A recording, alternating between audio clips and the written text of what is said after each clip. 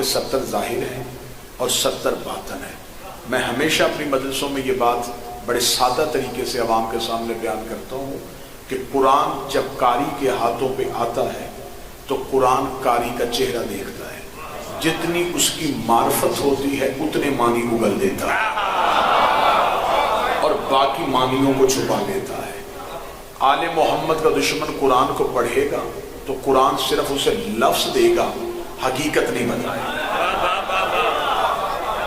معصوم سے ایک امام نے گفتگو کرتے ہوئے میرے بادشاہ نے فرمایا تھا، مالک نے کہا کہ اگر 70 دفعہ سورہ حمد پڑھ کے کسی مردے پہ پھونک دی جائے تو وہ زندہ ہو جائے گا۔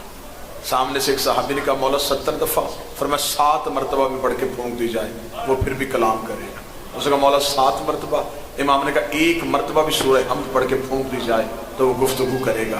اس نے کہا مالک ہم نے تو کئی مرتبہ پڑھی لیکن مردہ بولا نہیں۔ فرمایا جیسا قرآن پاک ہے ویسا لہجہ بھی پاک ہونا چاہیے، جیسی قرآن پاک ہے ویسی زبان بھی پاک ہونا چاہیے۔ اور اکثر میں یہ لفظ ممبر سے بیان کر چکا کہ مولا کے پاس کوفہ میں ایک شخص آیا تھا، اس نے کہا تھا کہ مولا، اور یہ بھی سوال ہی میں یہ سوال بھی ہے کہ ساری چیزوں کا ذکر خدا نے قرآن میں رکھا ہے تو ائمہ کرام کے اسماء گرامی قرآن میں کیوں نہیں ہے؟ کون سی آیت ہے؟ میں بہت ہی گناہگار ہوں اور مالک کا سب سے چھوٹا ذاکر ہوں، مجھے آپ تنہائی میں بھی کوئی مومن مل کے مجھے قرآن کی وہ آیت نکال کے بتائے جس میں علی نہیں ہے۔ قرآن کی ہر آیت کا تعلق کہیں نہ کہیں سے علی سے ہوگا، اور اگر وہ علی کی فضیلت میں نہیں تو پھر وہ علی کے دشمن کے لیے ہوگی۔ مولا سے کوفے میں آ کے ایک شخص نے پوچھا کہ مولا قرآن کہتا ہے کہ میرے اندر ہر خوش و تر کا ذکر موجود ہے۔ امام نے فرمایا بے شک یہ آیت ٹھیک ہے۔ اس نے کہا مولا اگر یہ آیت حق ہے تو انبیاء کرام کی تعداد کتنی ہے؟ مولا نے فرمایا کم و بیش 1,24,000۔ اس نے کہا قرآن میں 29 نبیوں کے نام ہیں، باقی نبیوں کے نام کہاں ہیں؟ یا تو قرآن میں مجھے سارے نبیوں کے نام دکھائیے، یا پھر یہ جو قرآن کی آیت میں اللہ نے دعویٰ کیا کہ میری قرآن میں ہر چیز کا ذکر موجود ہے، اس آیت کو واپس لیجیے، کیونکہ قرآن میں اگر ذکر ہے تو پھر نام کیوں ہے؟ امام نے وہ سامنے کے نیم کا درخت لگا ہوا تھا جسے ہم پنجابی میں نیم بولتے ہیں، اس میں جو پھل لگا ہوتا ہے اسے کہتے ہیں نبولی۔ امام نے کہا وہ نبولی توڑ کے لاؤ۔ نبولی توڑ کے امام نے اپنے ہاتھ پہ رکھی، دستے امامت پہ آنا تھا، امام نے کہا یہ کیا ہے؟ اسے کہا نبولی۔ مولا میں نے پوچھا تھا کہ قرآن میں ہر چیز کا ذکر کہاں سے اور آپ نے نبولی دکھا دی۔ امام نے فرمایا مجھے پھر بتا یہ کیا ہے؟ اسے کہا نبولی۔ امام نے کہا اسی نبولی کو اگر ریت ہٹا کے زمین میں دفن کرے اس میں سے ایک پورا درخت نکلے گا؟ اس نے کہا ہاں مولا اسی میں سے نکلے گا۔ فرمایا اس کے اندر پورا درخت ہے، دکھا۔ جڑ اس کے اندر ہے، تنا اس کے اندر ہے، پتے اس کے اندر ہے، ٹہنیاں اس کے اندر ہے، دکھا۔ اس کا مولا ایسے نظر نہیں آئے گی جب تک اسے مٹی کے حوالے نہیں کرو گے۔ فرمایا نبولی جب تک مٹی کے حوالے نہ کرو نبولی سمجھ میں نہیں آتی، قرآن جب تک وارث کے حوالے نہیں کرو گے قرآن کیسے سمجھ میں آتی؟ قرآن کا لہجہ سمجھنے کے لیے اللہ قرآن میں کہتا کتاب مکنون، قرآن کے اندر اللہ قرآن میں کہتا ہے کہ قرآن کے اندر ایک چھپی ہوئی کتاب، کتاب مکنون ولا یمسہ الا المطہرون، اور وہ جو قرآن کے اندر چھپی کتاب ہے اسے سوائے طاہرین کے کوئی نہیں چھو سکتا۔ اور جتنے بھی آج قرآن کے ترجمے ہوئے ہیں یہ مولوی نے گرامر کے اعتبار سے کیے، زیر زبر کے لحاظ سے کی ہے، اور قرآن میں جو اعراب لگے تھے یہ لگے تھے حجاج بن یوسف کے دور میں۔ حجاج بن یوسف سے پہلے تو قرآن میں اعراب تھے ہی نہیں، عربی زبان کا باقاعدہ کوئی قاعدہ ہی نہیں تھا، لہذا قرآن کا حقیقی ترجمہ اور حقیقی تفسیر ابھی تک زمانے کے سامنے کھلی نہیں۔ مولا نے فرمایا تھا اگر قرآن بندوں کو پڑھنا آ جائے وہ پانی پہ چلنا شروع کر دے، ہواؤں میں اڑنا شروع کر دے، روح کو اپنے قابو میں لے لیں، موت کے وقت اختیار حق رکھ لیں اگر قرآن کو حقیقی پڑھنے کا علم آ جائے۔ یہ جو ہمارے سامنے قرآن ہے یہ ہماری سوچوں کے ترجمے ہیں، سوچوں کی تفسیر ہے، یا پھر ہم نے وہ جو تفسیر معصومین سے مروی کی ہے وہ تفسیر ہم تک پہنچی ہے؟ حقیقی قرآن کا علم اسے ہے جو وارث قرآن پردے میں موجود ہے۔ ابھی میں نے آپ کے سامنے اللہ کے قرآن سے ایک آیت پڑھی ہے سورہ مبارکہ البقرہ سے، وَمَنْ ذَا الَّذِي يُقْرِضُ اللَّهَ قَرْضًا حَسَنًا۔ اللہ قرآن میں کہتا کون ہے جو اللہ کو قرضہ دے؟ پھر میں آیت کا نام لیتا ہوں، سورت مبارک ہے سورہ البقرہ، آیت کا نشان ہے 242 اللہ قرآن میں کہتا کون ہے جو اللہ کو قرضہ دے؟ سبحان اللہ۔ اب اس کے مختلف ترجمے ہوئے ہیں کہ اللہ نے جو قرضہ مانگا ہے، کسی نے کہا اس قرض سے مراد نماز ہے، میں اس ترجمے کو بالکل بیکار سمجھتا ہوں۔ نماز قرض نہیں، نماز واجب ہے۔ اللہ قرض مانگ رہا ہے، کون ہے جو مجھے قرضہ دے؟ نماز قرض نہیں، نماز واجب ہے، نماز اس کا حکم ہے یہ ادا کرنے۔ اللہ پھر قرض کون سا مانگ رہا ہے؟ وَمَنْ ذَا الَّذِي يُقْرِضُ اللَّهَ قَرْضًا حَسَنًا، تم میں سے کون ہے جو اللہ کو قرضہ دے گا؟ فَضُعِفُ اللَّهُ كَثِيرًا، پھر اللہ اس قرض میں اضافہ کر کے تمہیں واپس کر دے گا، اللہ اس میں وسعت کر کے تمہیں واپس کر دے گا۔ مختلف مولویوں کے مختلف ترجمے ہوتے گئے، لیکن جب وارث قرآن سے کہا گیا کہ قرآن کا سینہ کھول کے ہمیں بتا کہ اللہ قرآن میں سے یہ کون سا قرضہ مانگ رہا ہے، لفظ کتاب صدر میں ضامن ہو، امام صادق سے پوچھا گیا مولا یہ کون سا قرضہ ہے جو اللہ بندے سے مانگ رہا ہے؟ امام نے فرمایا جس نے میرے جد حسین کی عزاداری پہ ایک درہم بھی خرچ کیا اس نے توحید کو مقروض کر لیا، اس نے اللہ کو مقروض کیا جس نے عزاداری حسین پہ خرچ کیا۔ میں نے کل بھی گزارش کی تھی، لوگ سمجھتے ہیں یہ مجلس رسم ہے، یہ رسم نہیں، اس عزاداری کا موازنہ عبادات کے ساتھ نہیں ہو سکتا۔ بڑا بدنصیب ہوتا ہے وہ بندہ جو عزاداری حسین میں بیٹھ کے سوال کرتا ہے نماز افضل ہے یا عزاداری؟ نماز ذات کو فائدہ ہے، عزاداری نسلوں کو فائدہ ہے۔ نماز انسان کی ذات کے لیے، اور آج کے مولوی نے عزاداری کی روح کو ختم کر دیا۔ دیکھیں مذہب جعفریہ میں نماز کا انکار نہیں، کسی صورت میں نماز کا انکار نہیں، لیکن نماز کے اللہ نے اوقات کو لمبا کیا ہوا۔ مذہب تشیع میں ظہرین کا مغربین کا وقت لمبا، ظہرین آپ ادا کر سکتے ہیں جب سورج کے زوال کے بعد سے لے کے سورج کے غروب ہونے سے پہلے تک، یہ آپ کے پاس اختیار ہے، آپ اس وقت میں نماز ادا کر سکتے ہیں۔ اس کا مطلب ہے کہ ظہرین آپ بعد میں بھی پڑھیں تو آپ واجب اور ادا کی نیت سے پوری پڑھ سکتے ہیں۔ آج بندے کہتے ہیں مجلس روکو، مجلس حسین عزاداری حسین کا موازنہ نماز سے نہیں ہو سکتا۔ مجھے کسی ایک معصوم کی روایت اگلے 2 دن میں دکھا دی جائے کہ معصومین نے کہا ہو کہ تم مصلی بچھاؤ ہم تمہارے ساتھ آئیں گے، تم سحر و رفتار کرو ہم تمہارے ساتھ آئیں گے۔ ان کا ایک ہی وعدہ ہے تم صف عذاب بچھاؤ ہم تمہارے ساتھ آئیں گے۔ مجلس حسین یہ جو آپ کے سامنے گزارشات کی جاتی ہے کہ مجلس حسین میں دعائیں منگوائی جائیں، دعائیں منگوائی جائیں، بارہا لوگ روک روک کے کہتے دعا منگوائیں۔ مجلس حسین میں دعا مانگنے کا اثر کتنا بڑا ہوتا ہے۔ ہم دعا کرتے ہیں اور آمین صرف آپ ہی نہیں کہتے، مجالس میں معصومین شریف، کیسے نہ وہ دعا قبول ہو جسے زہرا آمین کہہ دے، وہ دعا کیسے نہ قبول ہو جسے سید الساجدین آمین کہہ دے۔ اور ہمیشہ نماز اور عزاداری کا مقابلہ وہ کرواتا ہے جو دونوں میں سے ایک کو چھوڑنا چاہتا ہو، ورنہ نمازی جانتا ہے کہ عزاداری کیا ہے، عزادار جانتا ہے کہ نماز کیا ہے۔ ایک ہی شخصیت میں اگر دونوں کردار دیکھنے ہو، سید الساجدین سے بڑا نمازی کوئی نہیں اور سجاد سے بڑا عزادار کوئی نہیں۔ آج کوئی عزادار کہے کہ میں مولا سید الساجدین کے مقابلے پہ عزاداری کروں تو یہ غلط ہے۔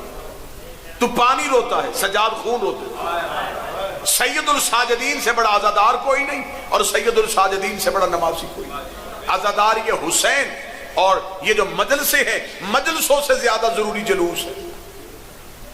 مجلس میں آپ محتاج ہیں کہ منبر لگے، کوئی خطیب یا ذاکر بیٹھے اور وہ آپ کو عزاداری اور حسین کی فضیلت سنائے۔ سبحان اللہ۔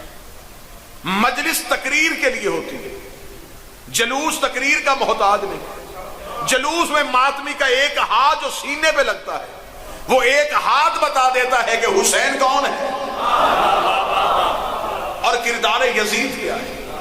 اور امام حسین علیہ السلام کی یہ جلوس، یہ عزاداریاں، یہ ماتم، یہ زنجیر، یہ کڑا پہننا، یہ کالے کپڑے پہننا، اسے شاعر اللہ کہا جاتا ہے۔ سبحان اللہ۔ یہ اللہ کی نشانی ہے۔ آج بندے کہتے ہیں نہیں جی مجلس سننے سے بہتر ہے اسی ٹائم پہ بندہ عبادت کر کے اللہ کو راضی کرے۔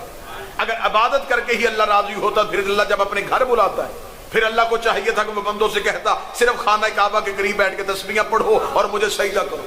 اسے صرف سجدہ نہیں کروایا، اسے کہا ان 2 پہاڑیوں پہ دوڑ کے آؤ،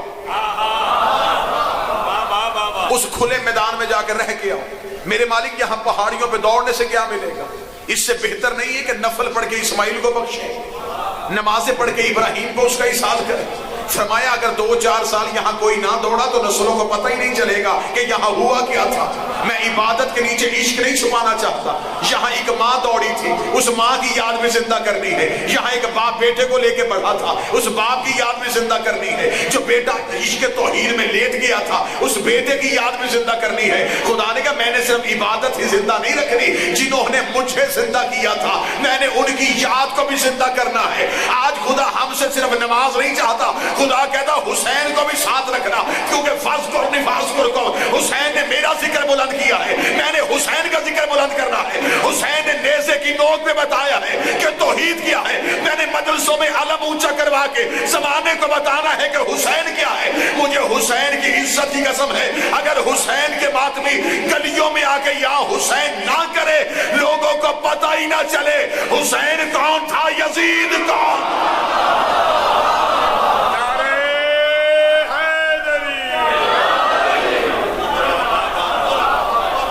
عبادات کا تعلق عزاداری شبیر سے نہیں۔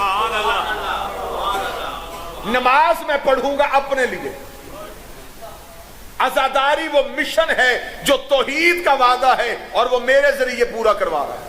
سبحان اللہ۔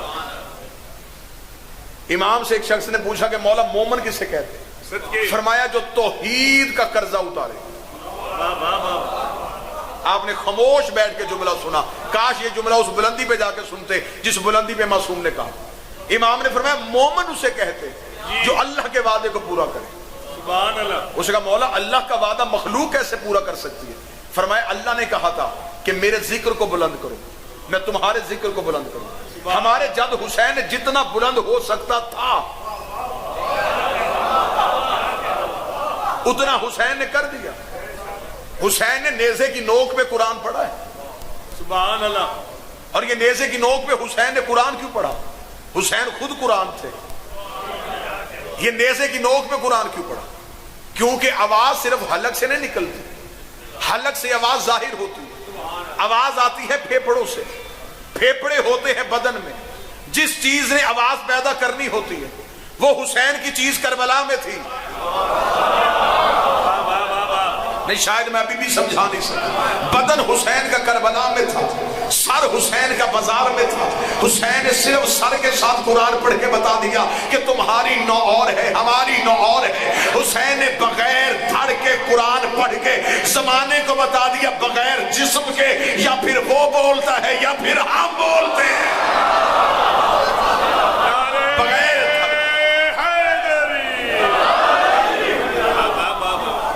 عزاداری حسین، معصوم نے فرمایا جس نے ہمارے جد حسین کی عزاداری پہ 1 درہم خرچ کیا سبحان اللہ اس نے توحید کو مکروز کیا۔ جتنی دیر آپ مجلس حسین میں آ کے بیٹھتے ہیں یہ لمحے آپ کی زندگی میں شمار نہیں ہوتے۔ جو ہی آپ مجلس حسین کے اندر آئے آپ کی زندگی کا جو معین وقت طے کر دیا گیا ہے اس وقت کو روک دیا جاتا ہے کہ یہ لمحے اب اس کے زندگی میں شمار نہیں ہو سکتے، کیونکہ اب یہ لمحے اپنے لیے نہیں گزار رہا، یہ حسین کو لمحے دے رہا ہے، اور یہ حسین کو جو دے رہا ہے یہ توحید کے وعدے کو پورا کرنے کے لیے ہے۔ اللہ کے گھر میں جو حاجی بھی حج کرنے جاتا ہے وہ حاجی بھی اللہ کا قرضہ نہیں اتارتا، وہ بھی واجب ادا کرتا ہے، اور جو کام حسین کا عزادار مجلسوں میں آ کے کرتا ہے۔ اب عزادار کے درجے ہیں، جو مجلس میں آیا اس کا درجہ اور ہے، اب یہ جو جلوس میں چلا اس کا درجہ اور بڑھ گیا، اب جس نے ماتم کے لیے آگے بڑھا سبحان اللہ، اس کا درجہ اور بڑھ گیا، اب جس نے خون کا پرسہ دینے کے لیے زنجیر اٹھا لیا اس کا درجہ اور بڑھ گیا، کیونکہ دیکھا سب نے تھا کہ رسول کا داں زخمی ہوا، سب نے توڑا نہیں، توڑا اسی نے جس کا عشق تھا۔ ماتم حسین بھی ہر کوئی نہیں کرتا، حسین کا ماتم بھی وہ کرتا ہے جس کے اندر عشق ہوتا ہے۔ اب میں ایک لفظ کہتا ہوں، پاک خون ہی حسین کو جاتا ہے، ہر خون حسین قبول بھی نہیں کرتا۔ چلے میں ایک عقلی دلیل لے دیتا ہوں، زبان سے ذرا میری دلیل کا جواب دیجیے۔ کربلا کی خاک یوم عاشور سرخ ہو جاتی ہے جی، بے شک، کربلا کی مٹی عاشور میں 10 محرم کے دن سرخ ہو جاتی ہے۔ جس مٹی کا تعلق حسین سے ہوگا وہ 10 محرم کو خود ہی سرخ ہو جائے گی۔ یہ جو ہم ماتم کرتے ہیں، ماتمی کے جسم کی جبلت میں حسین کربلا کی خاک کو رکھا،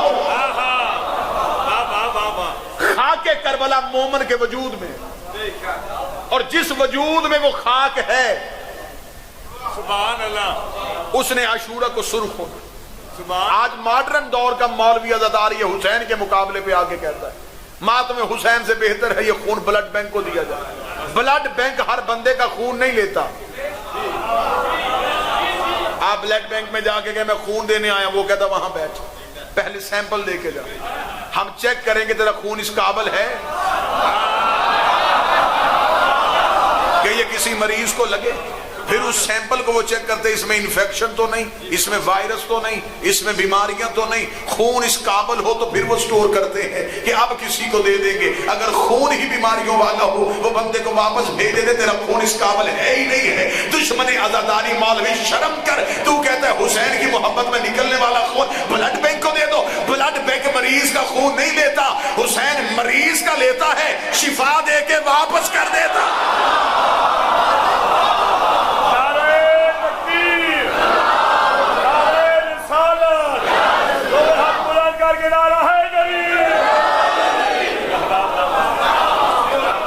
عزادار یہ امام حسین علیہ السلام کا ڈائریکٹ تعلق حسین سے،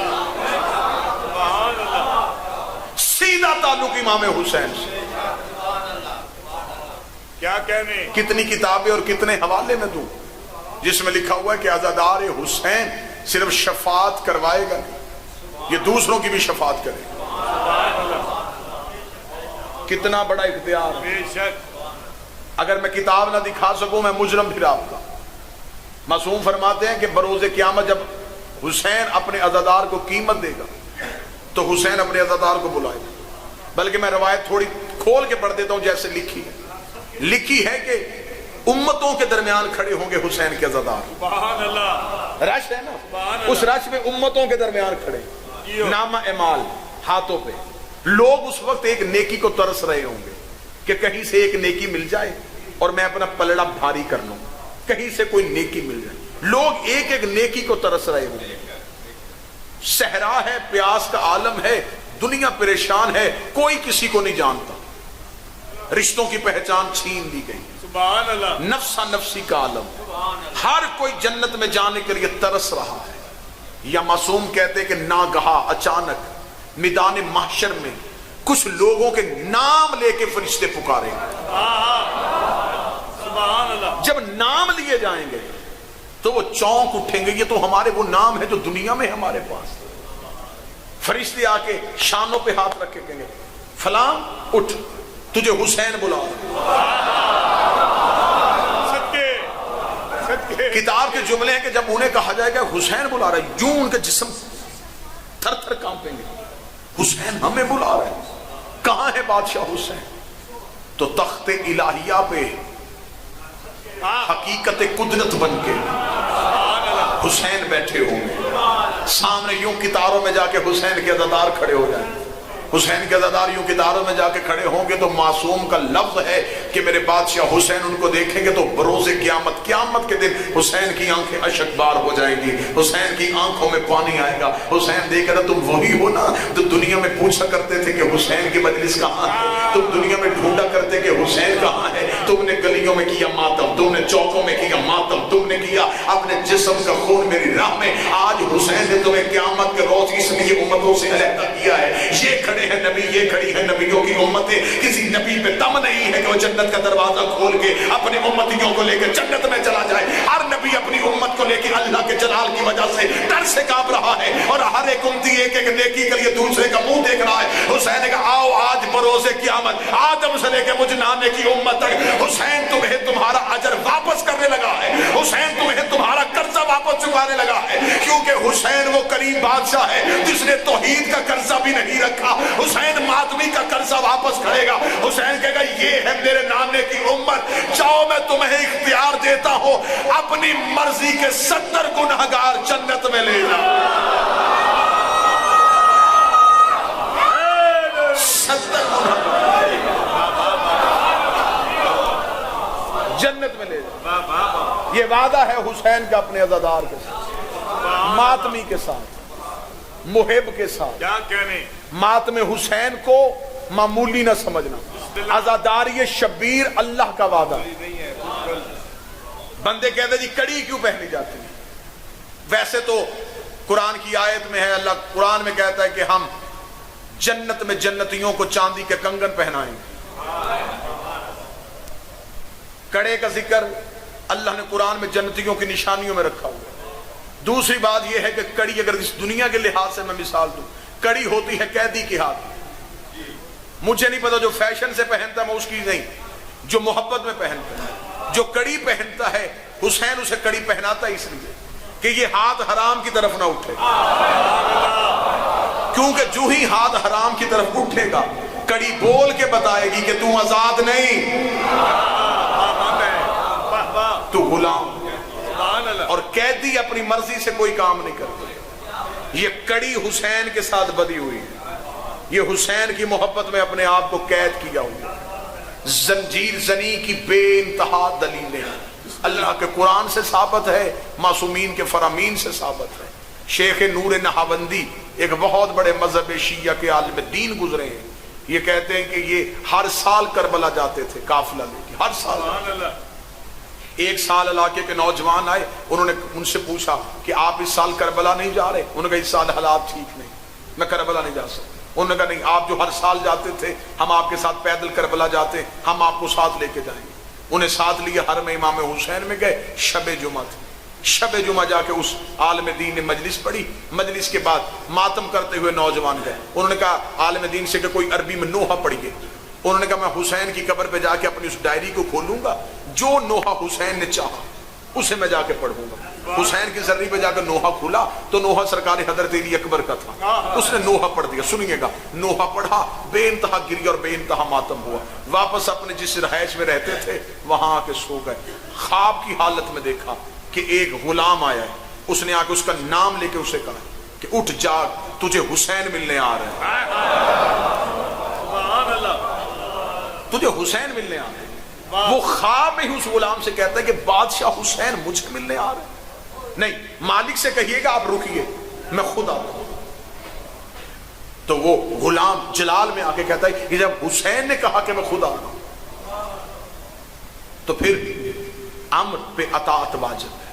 سبحان اللہ۔ شیخ کہتے ہیں کہ میں خاموش ہو گیا، امام حسین جس جگہ پہ میں تھا وہاں تشریف لائے اور مجھے کہا وہ جو تیرے ساتھ کل جوان میرے حرم میں آئے تھے وہ کدھر ہے؟ وہ کہتا ہے کہ میں نے عالم خواب میں یہ منظر دیکھا کہ میں نے وہ جو جوان میرے ساتھ گری اور عزاداری اور ماتم کے لیے گئے تھے انہیں اٹھایا کہ جلدی اٹھو مولا حسین ملنے کے لیے۔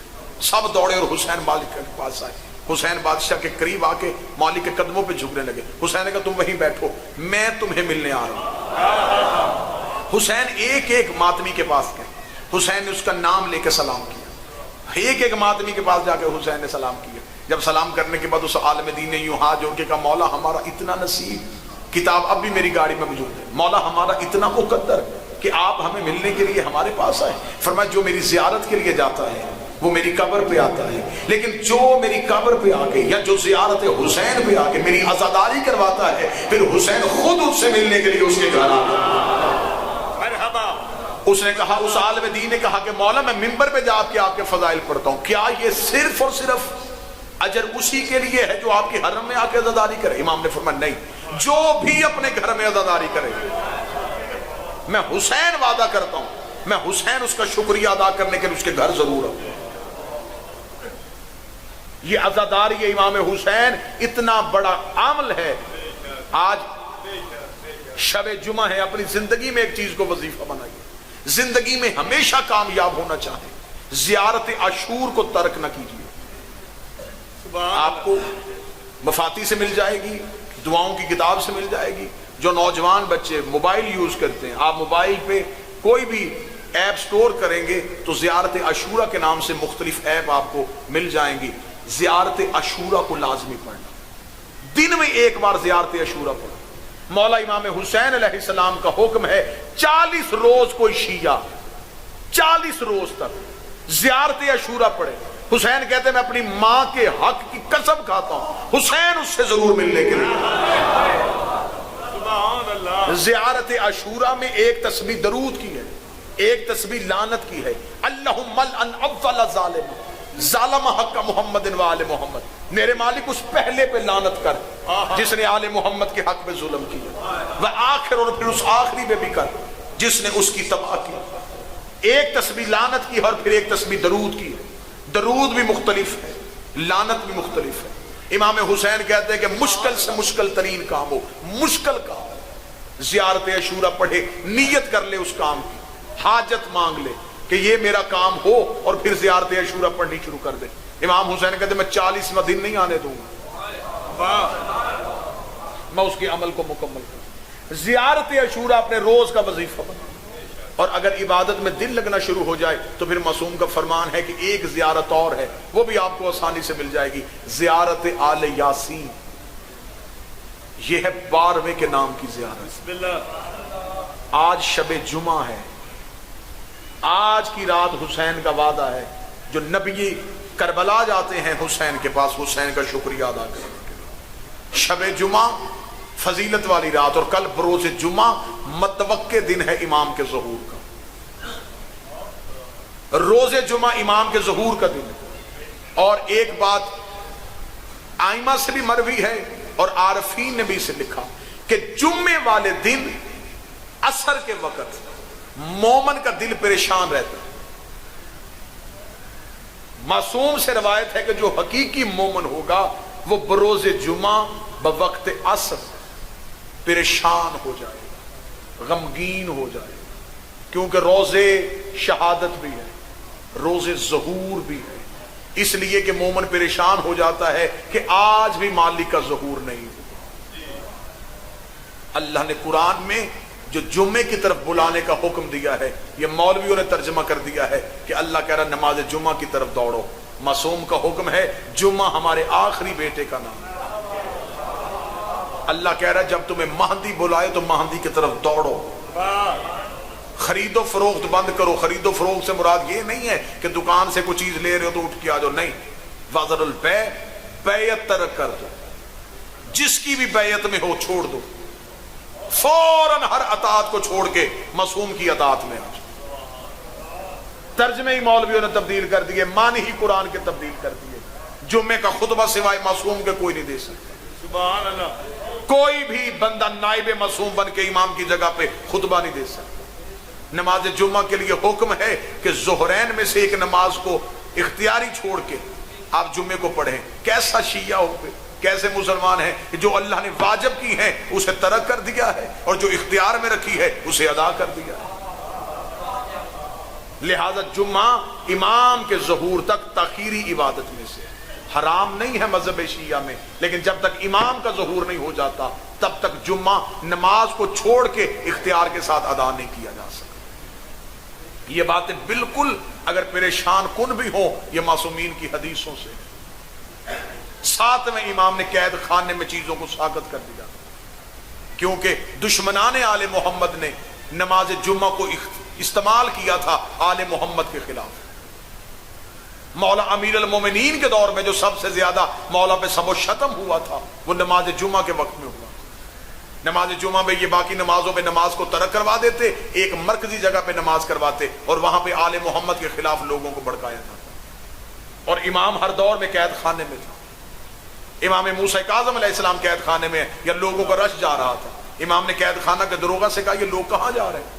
انہوں نے کہا مولا یہ نماز جمعہ کی ادائیگی کے لیے جا رہے ہیں۔ مولا فرمایا خدا ان پہ لعنت کرے، یہ حق کے امام کو چھوڑ کے غیر کی اطاعت میں جا رہے ہیں۔ سبحان اللہ، انہوں نے امام حق کی پیروی کو چھوڑ دیا اور یہ غیر کی اطاعت میں جا رہے ہیں۔ ان کو چاہیے تھا یہ امام کی اطاعت میں۔ جمعے والے دن حکم ہے شیعوں کے لیے دعائے عہد کو پڑھو، دعائے عہد جمعے والے دن پڑھو۔ دعائے عہد امام زمانہ سے ایک وعدہ ہے کہ مالک میں وعدہ کرتا ہوں کہ میں تیری بیعت میں ہوں، میں تیرے اقرار میں ہوں۔ شیعہ مذہب آسان مذہب نہیں، مولوی کے پیچھے چلنے کو شیعت نہیں کہتے، مولا کے حکم پہ اطاعت کرنے کا نام ہے۔ مرحبا مرحبا مرحبا۔ نمازوں میں لطف پیدا کرو، عبادتوں میں لطف پیدا کرو۔ عبادتوں میں لطف تب آئے گا جب عبادتوں کی روح سے تم واقف ہو جاؤ۔ فجر نماز وقف ہے حسین کے لیے، اس لیے اللہ قرآن میں کہتا والفجر، مجھے حسین کی قسم، ولیال عشر، اس حسین کی 10 راتوں کی قسم، والشفع والوتر، مجھے شب عاشور کی قسم اور عاشور کے دن کی قسم۔ ظہر کی نماز مخصوص ہے رسول کے لیے، عصر کی نماز مخصوص ہے علی کے لیے، والعصر، مجھے علی کی قسم، ان الانسان لفی خسر، بے شک انسان گھاٹے میں، الا الذین آمنوا، سوائے اس کے جو اس پہ ایمان لائے، وعاملوا الصالحات، اور پھر عمل صالح کیا۔ اب مولوی کے سر پہ قرآن رکھ کے پوچھو کہ جو ایمان لے آئے پھر اللہ نے عمل صالح علیحدہ کیوں کیا؟ معصوم سے پوچھا گیا، تفسیر عیاشی تفسیر صافی دونوں حوالے میرے پاس محفوظ، معصوم سے پوچھا گیا مولا یہ عمل صالح کیا ہے؟ نماز عمل صالح نہیں ہے، فرمایا عمل صالح سے مراد ہے ہماری ولایت۔ اللہ کہہ رہا ہے مجھے علی کی قسم، بے شک انسان گھاٹے میں ہے سوائے اس کے جو علی پہ ایمان لائے اور پھر علی کی ولایت پہ قائم رہے۔ وتواصوا بالحق وتواصوا بالصبر، پھر ساری زندگی نہ انہوں نے علی چھوڑا نہ انہوں نے حسین چھوڑا۔ سبحان اللہ۔ مغرب کی نماز مخصوص ہے جناب سیدہ کے نام کے ساتھ، کیونکہ مغرب کا وقت وہ وقت ہے جس کا شمار نہ دن میں ہوتا ہے نہ رات میں ہوتا ہے۔ سیدہ وہ ہے جس کا شمار نہ نبوت میں ہے نہ امامت میں، اور کسی کو پتہ ہی نہیں کہ مغرب کیا ہے اور کسی کو پتہ ہی نہیں کہ زہرا کیا ہے۔ مغرب کا بھی ایک مخصوص لمحہ ہے، اور مغرب کی نماز وہ نماز ہے جس میں قصر بھی کوئی نہیں۔ زہرا وہ واجب ہے جس میں قصر ہی نہیں، سیدہ کی محبت میں کوئی قصر نہیں۔ مغرب کا ایک ہاتھ دن پہ ہوتا ہے، ایک ہاتھ رات پہ ہوتا ہے۔ زہرا کا ایک ہاتھ نبوت پہ ہے، ایک ہاتھ امامت پہ ہے۔ عشاء کی نماز مخصوص ہے امام حسن کے نام کے ساتھ۔ اگر دل میں ان کی محبت ہو پھر اللہ کے مصلی پہ جاؤ، پھر اللہ سجدہ بھی قبول کرے، اللہ نماز بھی قبول کرے۔ سارا دن روزے دار بھوکا رہے، پیاسا رہے، افطار کے وقت پانی کا گلاس ہاتھ میں ہو اور آنکھ میں ایک آنسو کا قطرہ آ جائے اور لب سے آ جائے حسین تیری پیاس کے صدقے، پھر وہ روزہ بارگاہ الہیہ میں دیکھیے کیسے قبول۔ سبحان اللہ۔ شیعہ ہو تو پھر شیعہ اسی انداز میں رہنا جیسا علی چاہتا ہے، جیسے آل محمد چاہتے ہیں۔ ولایت امیر المومنین، عزاداری شبیر کو معمولی نہ سمجھنا، حسین کے ماتم کو معمولی نہ سمجھنا۔ اب ایک میں روایت پڑھ دیتا ہوں حسین کے عزادار کی اہمیت کے لیے۔ اب اس روایت کے بعد اگر کوئی کہے کہ میرے سینے میں حسین کے عزادار کے احترام کی کوئی روایت ہے تو واللہ بحسین میں ممبر پہ باوضو کہہ رہا ہوں، اس روایت کے بعد میرے سینے میں حسین کے عزادار کی اہمیت کی کوئی روایت نہیں۔ اس سے بڑی روایت میں نے نہ کوئی زخیم پڑھی ہے نہ اس سے جامع کو روایت موجود ہے۔ فرماتے ہیں کہ جب حسین کا عزادار، یہاں لفظ عزادار کا ہے، بسم اللہ، حسین کا عزادار جب پہلی رات قبر میں آتا ہے بسم اللہ، اس کے ارد گرد کی 40 قبروں سے عذاب اٹھا لیا جاتا ہے۔ جن 40 قبروں پہ عذاب ہو رہا ہوتا ہے ان قبروں کے مردے چیخ اٹھتے، چیخ کے فرشتوں سے کہتے ہیں ہماری کوئی نیکی کام آ گئی؟ وہ کہتے ہیں نہیں۔ ہمارا کوئی عمل پیچھے سے ہے؟ وہ کہتے ہیں نہیں۔ تو پھر ہمارے اوپر سے عذاب کیوں اٹھ گیا؟ وہ کہتے ہیں شکر کر، تیرے قبرستان میں حسین کا عزادار آ گیا۔ نہیں، اب میں جملہ پڑھوں گا، پھر اس جملے کے بعد میں نے پہلے کہا کہ اس کے بعد میرے سینے میں حسین کے عزادار کی قیمت نہیں ہے۔ اس سے بڑھ کے کوئی بندہ مجھ سے کہنا نہیں اس سے بڑھ کے بھی حسین کے عزادار کی قیمت بتا، مجھے حسین کی ماں کی عزت کی قسم، اس سے بڑھ کے حسین کے عزادار کی قیمت نہیں ہے۔ بابا حبیب شاہ نے مجھے آپ کی جدہ کی عزت کی قسم ہے کہ وہ مردے چیخ کے کہتے ہیں کہ وہ اپنی قبر میں آیا ہے، عذاب ہماری قبروں سے کیوں اٹھ گیا ہے؟ فرشتے رو کے کہتے ہیں آج ہمیں عرش پہ واپس بلا لیا ہے، کیونکہ آج اس عزادار کی قبر پہ پہلی رات ہے، آج اس کی قبر پہ رونے حسین کی ماں آ رہی ہے، آج اس کی قبر پہ سیدہ کی ہماری اتر رہی ہے، ادھر اس ماتمی کی قبر پہ پہلی رات ہوتی ہے، اس کی گھر میں بیٹھی ماں بے شک چپ ہو گئی ہو سکتا ہے اس کی بہنیں چپ ہو گئی ہو، لیکن قبر پہ ایک نور کی ہماری اترتی ہے، مریم، آسیہ، حوا و سارہ اس نور کی ہماری کا پردہ اٹھاتی ہے۔ معصوم کہتی کہ بی بی سر کے بال کھول کے اس عزادار کی قبر پہ بیٹھ جاتی ہے، رو کے کہتی میرے اللہ اس قبر کے اندر وہی ہے جو میری بیٹیوں کا ماتم کرتا تھا، جو میرے بچوں کو روتا تھا، اس نے اپنی پوری زندگی میری اولاد کو نہیں چھوڑا، میں اسے قبر میں اکیلا نہیں چھوڑا۔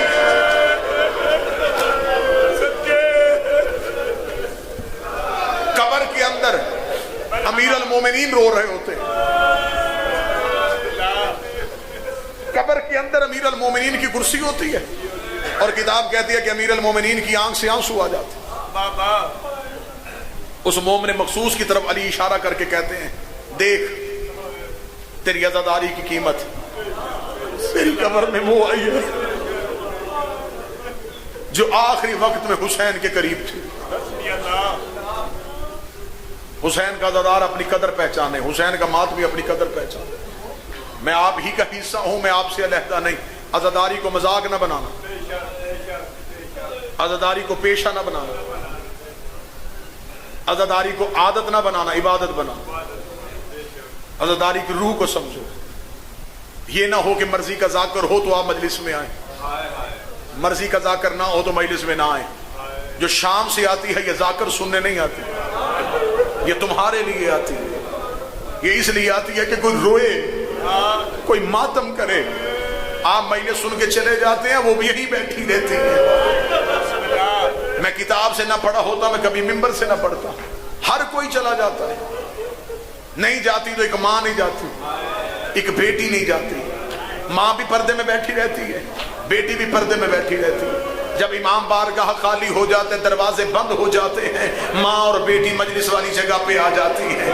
بیویاں رو کے کہتی ہیں، چھوٹی بیٹی رو کے کہتی ہے اماں یہ جہاں بیٹھ کے چیخے مار کے رو رہا تھا، جو وہاں بیٹھ کے ماتم کر رہا تھا، اماں یہ ہمارے رشتہ دار ہیں۔ بیوی رو کہتی نہیں سکینہ یہ ہمارے عزادار ہیں۔ سکینہ تڑپ کے کہتی ہے اماں اگر یہ کربلا میں ہوتے مجھے شیمر تماچے نہ مار۔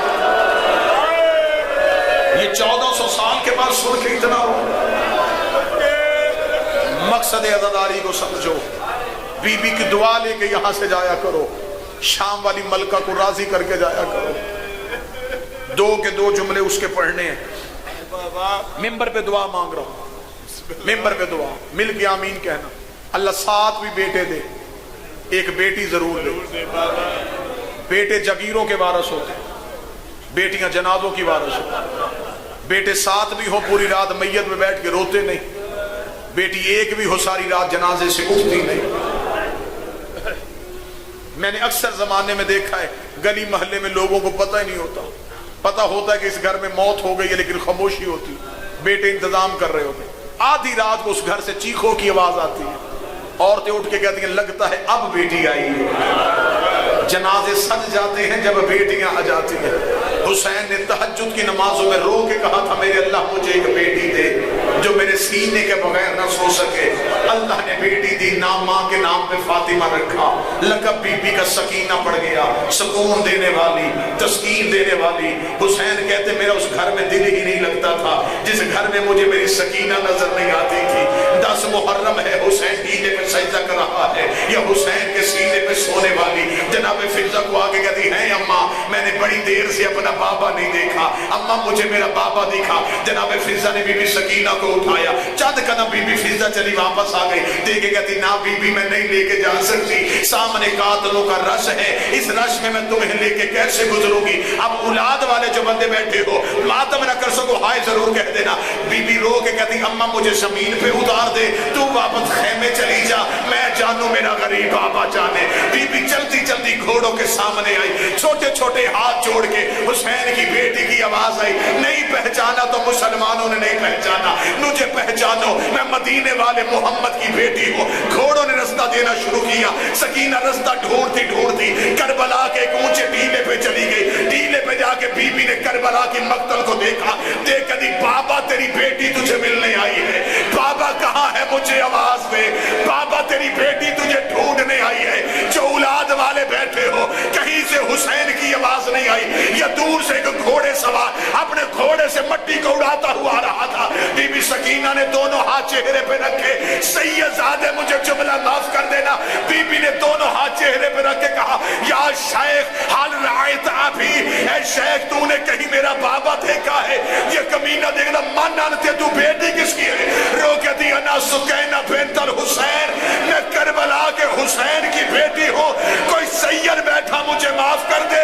یہ بغیرت گھوڑے سے نیچے اترا، اس کے ہاتھ کا وزن زیادہ تھا، سید زادی ریت پہ گر گئی، رو کے کہتی مار تو لیا ہے، اب بتا دے کہیں دیکھا؟ ہائے حسین تیری غربت، آ میری شہزادی ان ماتمیوں کا پرسہ قبول کر۔ تڑپی بی بی رو کے کہتی تو نے جو ظلم کرنا تھا وہ کر دیا، بسم اللہ شاہ جی تو نے جو ظلم کرنا تھا وہ کر دیا۔ جو سید بیٹھے تڑپ گئے، اور تماچے تو کوئی بیٹوں کے برداشت نہیں کرتا، حسین کی بیٹی تماچے کھاتی رہی۔ تو نے جتنا ظلم کرنا تھا کر دیا، اب بتا دے کہیں دیکھا ہے؟ اب اگر ذہنی طور پہ روزے داروں کربلا میں آؤ، دونوں ہاتھ چہروں کربلا کے جنگل میں لاشوں میں ڈھونڈتی پھر رہی ہے، رو کے دی بابا بابا اب تو میں زخمی بھی ہو گئی ہوں، بابا اب تو مجھے آواز دے۔ اب جو مومن چپ بیٹھے وہ سوچ رہے حسین نے بلایا کیوں نہیں؟ بادشاہ حسین کا سر سجدے میں تھا، سجدے میں سر رکھ کے حسین کہہ رہا تھا ترکت الخلق تر من ہوائک، تیری محبت میں نے ہر محبت بھلا دی۔ ادھر حسین کا امتحان شروع ہوا، یہ ادھر سینے پہ سونے والی بیٹی قریب آ گئی، دعا کرنے لگا، روزے دار بیٹھے ہو آمین کہنا، اللہ کرے کوئی باپ مر رہا ہو بیٹی قریب نہ ہو۔ ادھر حسین کا سجدہ شروع ہوا ہے، ادھر سینے پہ سونے والی بیٹی قریب آ گئی، سید زادے بیٹھے مجھے معاف کر دینا، اس نے بابا چہرے سے نہیں پہچانا، اس نے بابا شانے سے نہیں پہچانا، اس نے بابے کو بابے کے پاؤں سے پہچانا، پہچان کے پاؤں پہ مور رکھ کے کہتی مدینے والا حسین تو ہے، مورے نبوت کا سوار تو ہے، اور رسول کے کاندھوں پہ بیٹھنے والا تو ہے۔ ادھر ریت میں زخمی پڑا ہے، اب میں جملہ بہنوں کے لیے پڑھنے لگا، اللہ تمہارے پہ کے گھر سلامت رکھے۔ بی بی نے 57 سال کے سید کا ہاتھ اٹھایا، رو کے کہتی اٹھ بابا گھر چلے شام ہو گئی ہے، بابا تیری بہنیں دروازے پہ انتظار کر رہی ہیں، بابا تیرا اکبر نہیں رہا، بابا تیرا قاسم نہیں رہا، بابا دیکھ تیری بیٹی تجھے لینے آئی، دیکھ بابا، آؤ میرا غریب کربلا بابا، بابا تجھے بیٹی ملنے آئی ہے، بابا تجھے بیٹی ڈھونڈنے آئی ہے، آ بابا گھر چلے، حوصلے کے ساتھ، حوصلے کے ساتھ، اٹھ بابا گھر چلے، آ بابا میں تجھے لے جاؤں۔ حسین نہیں اٹھے، کیونکہ حسین قرب کی منزل پہ تھے، حسین کی وحدت سے ملاقات جاری تھی۔ جب بی بی نے تھوڑی دیر دیکھا نا حسین نہیں بولے، چند قدم پیچھے ہٹی، رو کے کہتی چل سکینہ واپس چلے، غریبوں کو کوئی نہیں پہچانتا، اجڑے ہوں کو کوئی نہیں پہچانتا۔ 7ویں قدم پہ سکینہ گئی تھی، یا کربلا کی مٹی پہ زلزلہ آ گیا، آواز قدرت آئی، حسین واپس بلا۔